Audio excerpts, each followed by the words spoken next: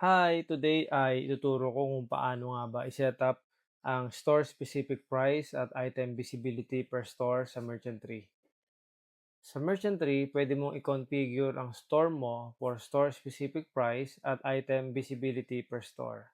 Sa feature na to, pwede mong iba-ibay ng price ng product sa bawat store. Pwede mo rin kontrolin kung alin products ang makikita at mabibili sa bawat branch. Kung may branch na may limitadong menu, pwede mong itago ang ibang items sa system. Mas nakakatulong to para mas maging flexible ang menu, price at availability sa bawat store. So, mahalaga to lalo na kung may multiple branches ang business. Halimbawa, sa One Cafe, iba ang price ng bottled water sa main at sa branch. Ang cupcake naman ay available sa main pero unavailable sa branch. Tara, i-configure na natin. Okay guys, unahin natin gawin yung bottled water na magkaibang presyo sa magkaibang branch. So una, click mo tong bottled water, tapos store configuration. So sa One Cafe main, 25, pero gusto natin sa branch, nyari 30.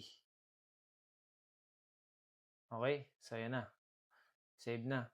Then yung cupcake gusto natin available sa main, pero wala siya sa branch.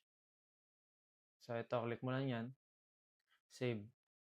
So ngayon tignan natin kung accurate na yung sinet natin. Punta ka dito sa POS. So makikita mo nandito tayo sa main. Sa main 25, tapos visible yung cupcake. So punta naman tayo sa branch. Hindi natin kita yung cupcake, then yung bottled water ay 30 pesos. Okay? So ganun lang kadali mag-configure ng product natin sa Merchant Tree.